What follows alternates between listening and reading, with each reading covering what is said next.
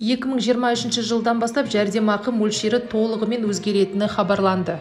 2023 жылдың 1 қаңтарынан бастап ең төменгі күнкөріс деңгейі 40.567 теңге болады. Сондай-ақ айлық есептік көрсеткіш 3.450 теңгеге тең. Асыраушысынан айырылғандарға берілетін мемлекеттік арнайы жәрдемақы отбасының еңбекке жарамсыз мүшелерінің санына қарай төленеді.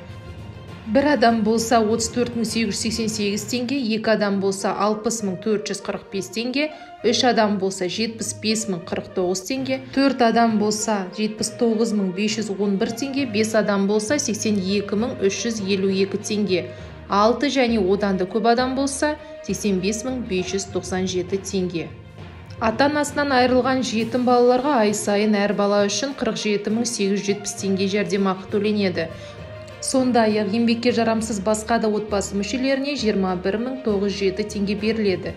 Бірақ отбасының еңбекке жарамсыз барлық мүшесі үшін 103.852 теңгеден аспайтын көлемде төленеді. 2023 жылдан бастап бала тууға байланысты берілетін бір реттік жәрдемақының бекітілген мөлшері.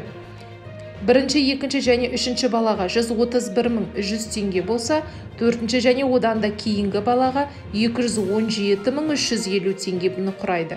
Ал отбасыда егіз, үшем, төртем дүниеге келсе, бір реттік мемлекеттік жәрдемақы әр сәбиге жеке төленеді. Бала күтіміне байланысты сәби 1,5 жасқа толғанша ай сайын төленетін жәрдемақы мөлшері. Бірінші балаға 19.872 теңге, екінші балаға 23.495 теңге, үшінші балаға 27.083 теңге, төртінші және одан да кейінгі балаға 30.705 теңгені құрайды. 2023 жылы 4 және одан да көп баласы бар отбасыға төленетін жәрдемақы мөлшері. 4 балаға 55.304 теңге, 5 балаға 69.138 теңге, 6 балаға 82.973 теңге, 7 балаға 96.807 теңге, 8 балаға 110.400 теңге.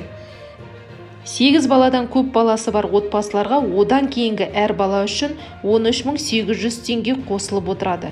Алтын алқа, күміс алқа алған көп балалы әйелдерге 2023 жылы ай сайын 22.080 теңге мемлекеттік жәрдемақы төленеді. Ал 2023 жылы мүгедектігі бар балалар тәрбиелеп отырған ата-анаға қамқоршыға төленетін жәрдемақы мөлшері 56.794 теңге болып бекітілді. Құрметті оқырмандар, пайдалы ақпарат берілген болса, комментарий жазып, лайк басып, каналымызға тіркеліп өтуіңізді сұраймыз.